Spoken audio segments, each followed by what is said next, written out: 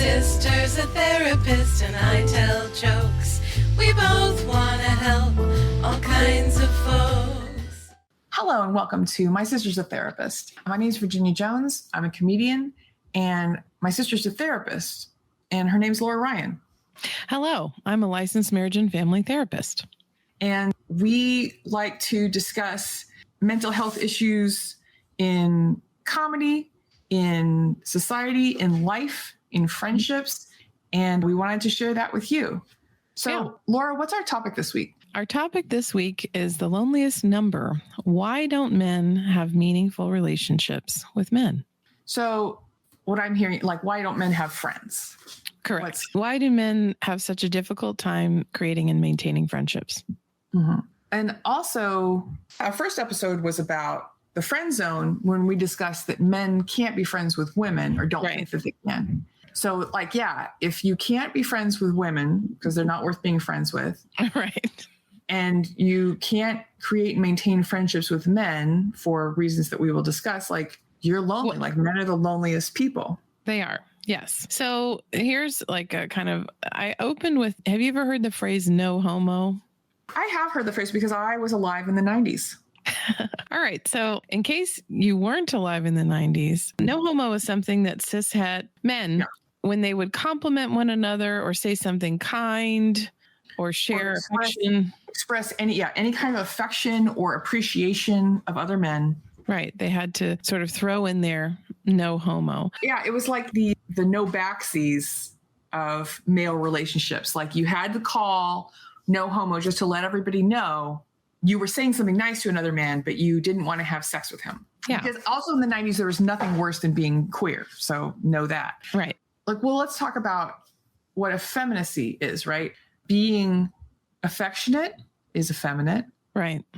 Valuing others is effeminate. Right. Being kind to others. Yeah. Yeah. So you have to couch everything to say I'm not being like, and we know that homophobia is really just misogyny, right? Because they hate what's feminine about. And they believe that homosexuality is feminine somehow. Yeah. And like, it's really weird if you talk to straight men about gay men, what you would hear a lot is, I don't mind when they're manly. I can't stand the sissies. And I hate women. I hate women. Men who act like women. So all roads essentially lead to misogyny, right? All roads lead to misogyny. Trans fear is about hating women. I think that trans men are more accepted than trans women. Right. Homophobia is about hating effeminacy. So no homo is something you had to say so that people would know that even though you said something nice, you still hate women. So I remember I used to listen to a podcast many years ago, and it was comedian Jimmy Dore and his best friend, Todd Glass. Mm-hmm. And Jimmy Dore has gone in another direction politically and in many, like, I'm no longer a fan. But what I really liked about the podcast was this was two men who valued their relationship, who had a podcast based on their relationship and their friendship. And it occurred to me how rare that was. Yeah. Several years later, Todd Glass came out as a gay man, which was also wonderful and great. Right. And I'm like, oh, maybe that's why Jimmy felt like he could be friends with Todd. I don't know. Interesting. But yeah, so there was some homo in that combo. And like, maybe that's why. Maybe there's like a freedom there, you know, we already know that. Right. Don't have to worry about it. But it was really charming to me that these two men were not afraid to say that they cared about each other. Right. They were not afraid to plans together, and they valued their relationship. Yeah. I think that's still very rare. It is very rare, which leads me to this kind of segues into a podcast that I heard. I heard it in 2018, and it has plagued me. Like, the information that I learned has plagued me ever since. It's from Hidden Brain. The episode is called Guys, We Have a Problem. Mm-hmm. How American Masculinity Creates Lonely Men. Mm-hmm. So I've taken some excerpts, which I will now read to you. So Niobe Way, professor at NYU, she thinks that the roots of loneliness among men go deeper. She thinks that they are primarily cultural, embedded in the twisted idea of what it takes to be a man. So she said, quote, "The reason for that struggle really is quite simple, which is that it's American masculinity and masculine norms and masculine expectations that make, close friendships into a girly gay thing rather than it's simply a human thing. So as boys grow older and enter manhood, they begin to be overwhelmed with this expectation that somehow they have to be, on their own. They can't depend on others. They have to be fully independent. That somehow the desire for intimacy with other boys is problematic in a culture that's very hyper masculine. And there's one comment that Niobe cannot forget. A teen named Carlos who said, quote, it might be nice to be a girl because I wouldn't have to be so emotionless, end quote. Yeah.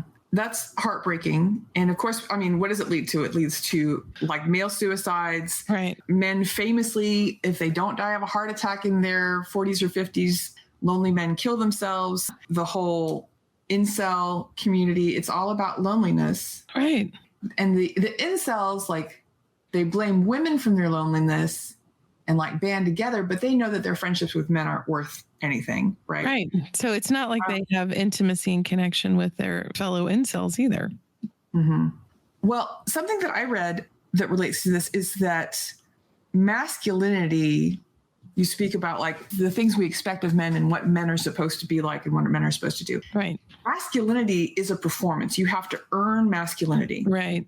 Femininity is kind of assumed because femininity is the bad one. It's the base. So if you're not masculine, you're feminine. Right. And certainly we perform femininity in different ways. We're accused of being not feminine enough, but like women don't have to go out of our way to prove like I'm feminine. I am feminine. Right. So I want to bring up two comedic points about no homo and about men and friendships. The fantastic, beautiful, gorgeous, intellectual tastemaker Greg Proops had a bit about how he started liking and pursuing women very early. And he was like, and it was gay somehow. Like it was like women. To like women, to be an early teenager, like 13, 14, and to be pursuing women, other men perceived to be gay because that's not, it's absurd. And I think, and also if a man on the internet says anything positive about a woman, supports a woman, they are accused of simping. Mm-hmm. Simping, aka being nice to women. Being nice to women. They're like, you're just simping because you want her to have sex with you, whatever it is. Yes, being nice, being positive in any way, because the way to get women, as we all know, is to be really crummy to them. Right. And we'll just come running. Exactly. We'll come running like a cat after bacon. I was in the unfortunate situation of being the only woman on a comedy lineup a couple of years ago. And what? And to our listeners, one woman a show used to be, you were lucky if there was one woman on a show. And if there good for you, there's a whole woman on the show. Yeah. It used to be the default. And now in California, it really isn't. If I am the only woman on a show, I complain about it loudly and into a microphone and make sure they never book me again. Right. Yeah. That sounds like job security. Yeah. And the fantastic Jackie and Laurie podcast is basically all about how long like comedians were not friends because we didn't know each other because we were never on the same shows. Right. That's so sad. But I was on a show where I was the only woman and it was a terrible show. It was in a wine bar in Glendale, which is not, it's not the wine bar's fault. But the dudes who were on the show were the broiest, crummiest, just grossest dudes. And everybody was eating because it was some sort of a dating event for Armenian people who did not necessarily want dudes talking about dating in their like speed dating event. But there was one guy in particular, and I dislike him so furiously, and I wrote his name down, but I won't bring it up on the podcast because I don't remember it. But he had a joke about how men don't hang out with men because they know that men are rapists. That's a little on the nose, don't you think? A little on the nose. But he's like, yeah, we don't hang out with each other because we know what's going to happen. You know, if you got to get a couple of drinks. He's making a joke about how his male friends are going to rape him if he gets too drunk because that's what they do to women. And I just horrified. There's so many layers of bad. And but the other dudes thought it was a fine joke. And I didn't even know what to say to this guy. I was, wow. So So you really think that all men are sexual assaulters because you're a sexual assaulter? He's like, well, I didn't say that. I'm like, have you been sexually assaulted by your male friends? He's like, well, it's a joke. It's a joke. I'm like, yeah, it's really, I think that's very much an attitude. They're like, I know that men are scumbags.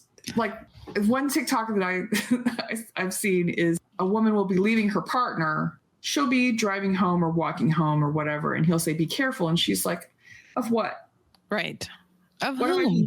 Is a bear going to come into the out from the bushes? In the woods? And it's men. I think that's a very good reason that men don't want to hang out with other men because they're scumbags. Well, and also I think, again, it goes back to that idea of feeling like relationships with men have value. So I think it's a sad situation where women have no value and also men have no value unless I want someone to like share a beer with. So there's an article that I'm also going to reference by Melanie Hamlett. It's called Men Have No Friends and Women Bear the Burden.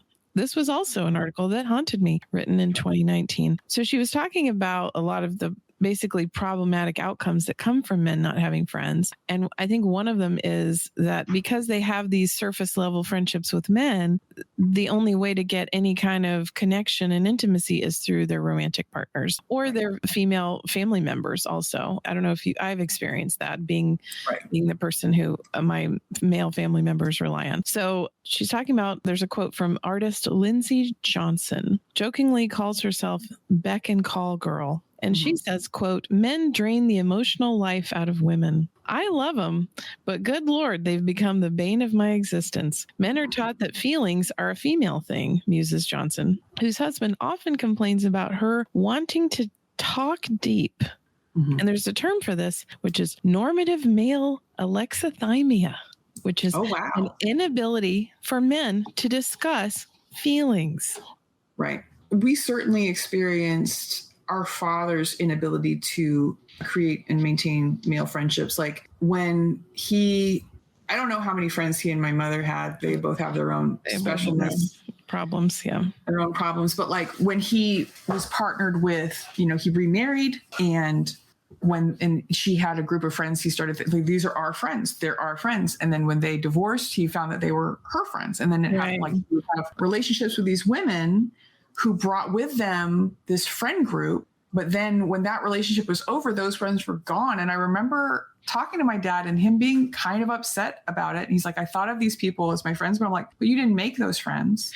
And you didn't do anything to maintain the relationships. I think that's part of it too. So in that podcast, that 2018 podcast, Hidden Brain, they go through all of these different children. They're interviewing these children of different ages. And the way they talk about their friendships, I mean, this person is the light of my life. They're the most important thing. I don't know if I could make it without them. But then you hear as the children get older and older and start moving into these like this masculine hierarchy that they're like, yeah, he was my best friend, but he's, we're mostly like hanging out to look for girls. So Scott Shepard is a man who wrote an article in the Telegraph in 2015. And he said, quote, men are taught the remedy to heartbreak is to get drunk with your buddies, objectify women, and go out and get laid, to basically distance yourself from your feelings and channel them into an aggressive outlet. We use sports as an excuse to bump up against each other. So desperate we are for human touch and intimacy. But this kind of closeness is based on camaraderie and aggression, not vulnerability and trust.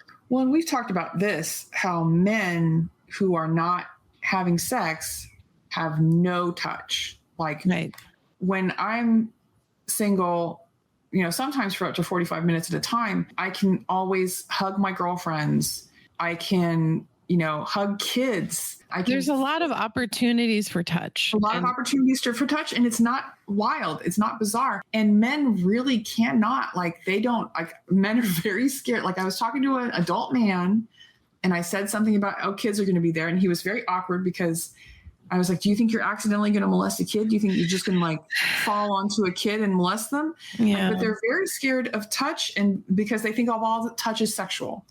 Right. Well, because it has to be in this hyper masculine way of thinking, right? So one of my notes here is why are cishet men so weird about physical affection with other men? Like I remember I had a client in the past who was getting ready to go to launch for college and we were talking about the risks, right? Like he's leaving his home, he's leaving his family, he's leaving his girlfriend, and he was concerned about depression. And I said, listen, where are you on hugging guys? And he said, oh, I'm happy to hug like my brothers or my family or my girlfriend, but I feel weird about hugging other guys. And I said, that's internalized homophobia. And I said, in your life, you're going to get to a point where your girlfriend's not going to college with you. So you don't have her anymore. Your parents are not going to college with you. So you don't have them anymore. So you're going to have to learn to get comfortable with hugging other men because otherwise, stuff's going to get weird. Actually, you bring this up specifically has answered a question that I've had for a long time. So I told you about it when it happened. I was doing a comedy show in LA and Dave Chappelle showed up. Yeah. And this is before his many, many specials, many, many transphobic specials. So I didn't know that he was this way. So when he showed up, I was excited. I was like, oh, wow, this really legendary. Amazing comic talent. Let's be honest. Amazing comic talent. Sketch comedy is hilarious. He's in this tiny room. I'm in a tiny room with Dave Chappelle. Hilariously, it was an all-woman show. Okay. Busted in on, and he was like, oh, I guess it's an all-woman show, but they said I could go up. And he can, because he can do anything. Because he's Dave Chappelle. Because he's Dave Chappelle. He also can smoke cigarettes inside the improv. Yeah, on stage and in the green room. Yeah. It's like time travel, like watching a comic smoke on stage. Anyway, yes, he was workshopping a bit about being in a hotel and arranging a massage. And when the masseuse came to his door, he could tell it was a trans woman. Okay. And he goes into detail about how... I don't even want to go into how he could tell. Like, what does that even mean? Right. Like, she was looking at him like, are you getting, like, can you tell that I'm a trans woman? Oh, my gosh. Okay. And in the story, he says, no, thank you. He's like, I'll pay for the massage, but I just don't want... At the time, I was like, who cares? Right. Who cares? You're not sexually. You have a wife. You don't need to be worrying about the gender of your masseuse. Right. Exactly. Why? Like, you're not going to have sex with this person. What does it matter? Like, because she could be an unattractive woman. She could be right. Like, who cares? But now that I reframed it for me as all touch is inherently sexual. Right. That's how he justified it. That's the unsaid thing. Right. Which to me says, if that is the fact. The other individual that I'm thinking about is an ex-boyfriend. When we're talking about men putting no energy into female friendships. Right. And so he would be very lonely. I think this was after we dated, but we were still friends.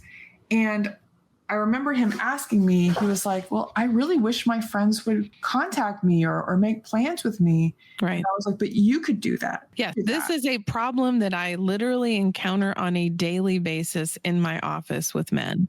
They will say, oh, I'm so lonesome. I'm home by myself all the time. No one wants to hang out with me. And I'll say, okay, so who did you call? Who did you reach out to? Who did you send a funny text to? Because I said, friendship is a full-time job. If you want to maintain a friendship, you need to be on the reg, sending little texts, sending little memes, making plans, making a schedule. And every man that I have ever told that to is sort of like their eyes sort of get really wide and glaze over and they look at me like I'm completely insane. Right. Because they've never been asked to do this. They don't know why it's just not built in that if you like me, you'll seek out time. Me. I am a man. Did anyone not notice that I'm a man? So I was mentioning how I've been haunted by this Hidden Brain episode. And the part that I read you was sad, but now I'm going to read you the haunting.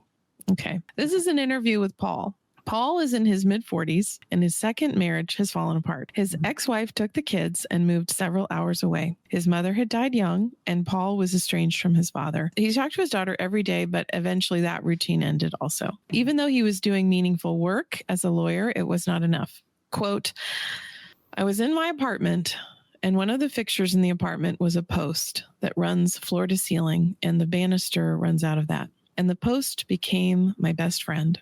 I would hug the post for all it was worth because I was getting some kind of feedback physically. It was at that point that I realized I have got to do something, because when you get to the place where you need to hug a post to feel something that you need, if that's not a wake-up call, nothing is. That's heartbreaking. And I mean, we touched on it briefly in the introduction, but like there's a cost to male loneliness. Right. It's not good for your brain to be lonely. It's not good for your health to be lonely.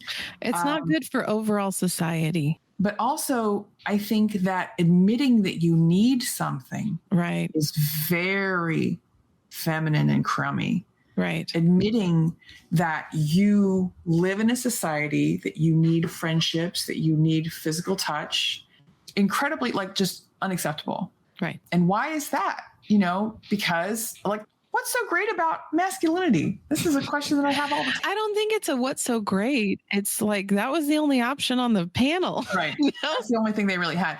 Yeah. Like I remember moving internationally to live with a wonderful man. And I remember looking in his phone when we first were kind of together. And I saw all these names of all these men. And I had met him out on an evening when he was out socially because it was his birthday. And what I came to realize, you know, I remember a year later, I was like, who are all these names? Who's Timmy and Jerry and da da da? And he was like, oh yeah, that's the guy who like fixes my toilet. And that's the guy who does my taxes. And I realized, oh my God, you literally have no friends. Those people that I met you on the first night that you were out with, they were like your friends from high school who are just like, I don't know, amusing you for one evening because it's your birthday, but like you don't have friends. And actually hang out with them. And so like, you know, just like this woman, Lindsay Johnson is talking about, it creates a huge burden on women because women have to be all things to you. They have to be your playmate. They have to be your close friend. They have to be your therapist. Like I remember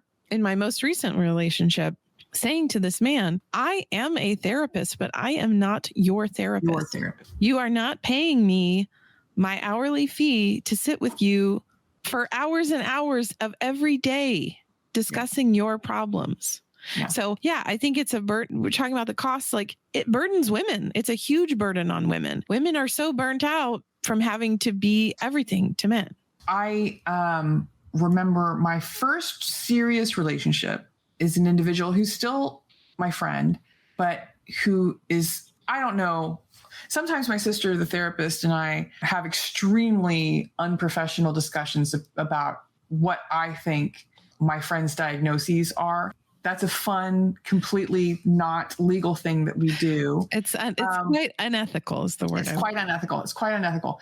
I'll just call you and tell you like 3 things someone does, and you'll say, well, that sounds like a borderline, because it's always a borderline. If they're your friend, I'm 99.5% chance they're borderline. Yeah.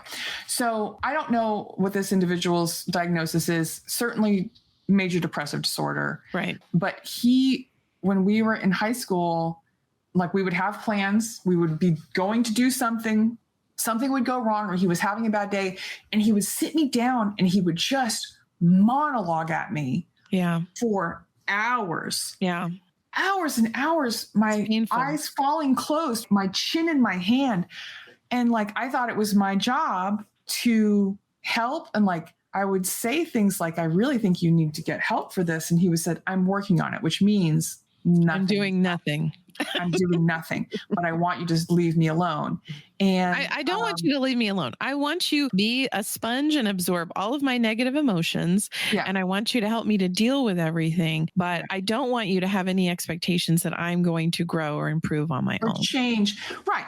And it's only looking back that I see how like sus that was and not okay. But it was, I'm like, if we're partnered, I need to listen to all of your stuff. I need to help you with your problems. Like, everything is my job. And then when I don't know if you know this, but our parents were divorced. Oh, I did not know that.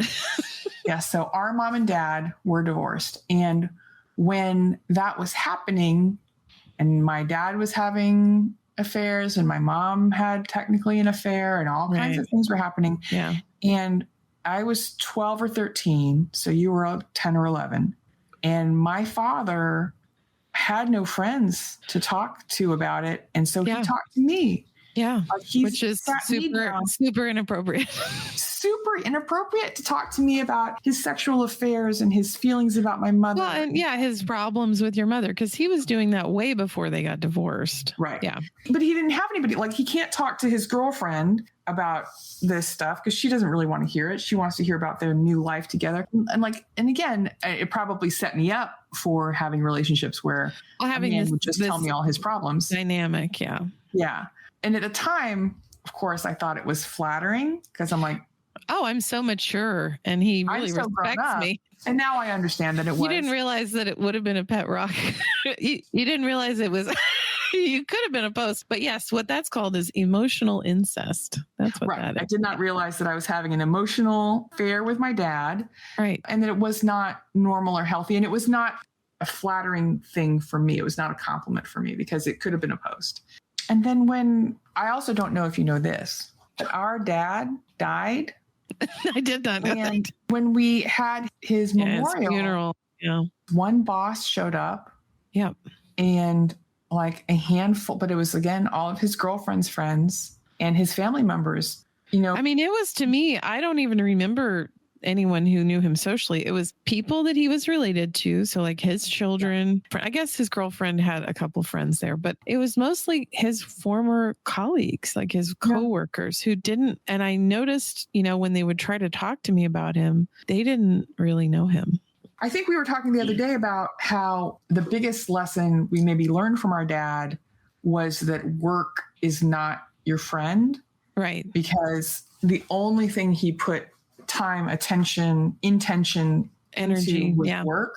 Right. Energy. And work did not care. Like, no, did not love him back. Work was not by his bedside when he was extremely ill. Like, a handful of people may have a handful of stories about my dad, but for the most part, work moves on. It's not anything to devote your life to. Right. Yeah. There's like a week where they say, oh, poor guy, that was tough. Right. But yeah, that was tough. Like, who are we going to get to put slot into that position? Right. Exactly. Yes. Because you're replaceable because capitalism. Yeah. And I think that comes back to male friendships because, speaking of toxic masculinity, my father felt that the only thing he really was, the only capacity he had was to earn money. Right. That was the only thing. That was his only responsibility. That was the only thing that gave him value. That was the only thing that mattered. Right. He was a smart guy, had always been a smart guy. He got a lot of stroke from his work and the job he did. That's the only thing he cared about. And I don't think it made for a very happy life. I can say that our father was a victim of loneliness. Absolutely. So in the Telegraph 2015 article, so we're going to talk about kind of the costs, right? 2015 article, more than 2.5 million British men have no friends that they would turn to for help or advice in a crisis. And how does that feel when you're living your life day to day? Like, right. Just you have no one like that. I don't know what that feels like, but it must be quite awful. And so what are the costs? Julie Phillips, a sociology professor at Rutgers University, said, we saw a fairly sharp increase in suicide rates among men beginning in 1999. So for example, among men aged 50 to 54, we saw an increase of almost 50% in their suicide rate. So yeah, the costs on society are high. I've certainly known, I think, above average number of men who've taken their own lives because of comedy and untreated mental illness. Well, because of the population that you know. Yeah, if I find out that a comedy acquaintance has died, I assume suicide or drug overdose until I'm told different. Like, it's very rarely anything else. But on that tip, and also COVID threw all these things into sharp relief. Yes, absolutely. Because men were at least going to work, physically looking at other human beings. Right. Maybe going on dates. I had one friend who drove me absolutely bug up the wall insane during COVID because she just refused to stop dating. Wow. And I'm like, why are you talking about wearing a mask, like the vaccine, of course. And why are you even talking about wearing a mask or going in it, doing it? You're just meeting strangers. Right. And you're sometimes having sex with strangers, you don't know anything about them. And she was like, well, I can't stop dating, and then she was big on telling me about physical touch. I'm like, I know, because like a man, she had built a life without a lot of friendships. Right. And for her own reasons. for her own reason. But I think that many men, they were cobbling together some kind of something through dating. And also casual sex with women, having kind of like, non-committal, casual, but regular sex with women. And when you turn that spigot off, it was a big shock to the system. So, Laurie, you brought a lot of things to this conversation. Final thoughts about men and loneliness. And what I have done in my relationships with men is remind them on a very regular, consistent basis that they need support from other men. So when a man is my client, I always recommend that he join group therapy. It's even better if it's just men in the group so that they can all kind of learn from each other and do something different and be vulnerable around men. I mean, actually, that was one thing that Dad did, which was really surprising, is he did do group therapy when he was in his 50s. I remember, on Father's Day. It was the Iron John. It was the Iron John stuff. And I remember I went to he took me to a Father's Day group because you're allowed to bring family members. And it's the same thing that you were talking about. It was so beautiful to see these men, being vulnerable, embracing their true self, right? Their whole self, not this fractured part. So anyway, I think encouraging men to be good friends, encouraging to go to group therapy, encouraging men to go to individual therapy, encouraging men to let go and try to become a whole person that is separate from the stereotype of what manliness is, and really just be a real human, I think. Because I always say this to my clients who are men. My son is very emotional. He's very connected. He's very open, and he is not any different from you. He's just younger, and he hasn't gotten far enough down the train where he's drinking the Kool-Aid. So we all have the capacity for love and connection. We all have the capacity to be whole people. I have a friend that I've spoken to twice this week who moved from Los Angeles to Jacksonville, Florida. No, this is not the time. This is not the time for a Black man to move to Florida. For any person.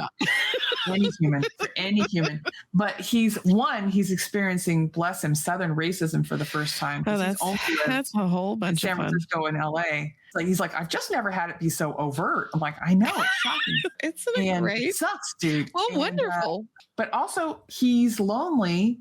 And so he reached out in his search for male friendships. He reached out to me. To you, a woman. To me, a woman. I was able to set him up with a comic that I know there. Right. And if I think of anybody else, I will try to connect them. But it's like, but he doesn't even know how to make friends. Right. But I think our job as ladies who are in connection with cishet men, we need to be really boundaried.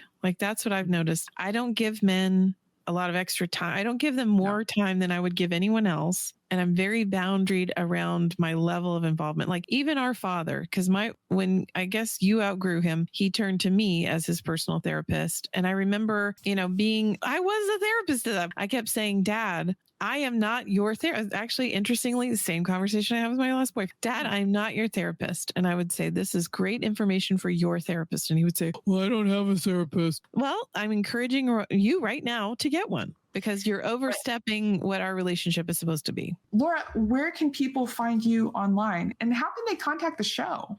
Oh, these are great questions. You can find me at lauraryan.org. That is my website. You can also find me on my TikTok account. I am Laura Ryan. If they want to reach out to the show, if they have questions, we would love to answer questions. We would love to include questions in our future podcasts.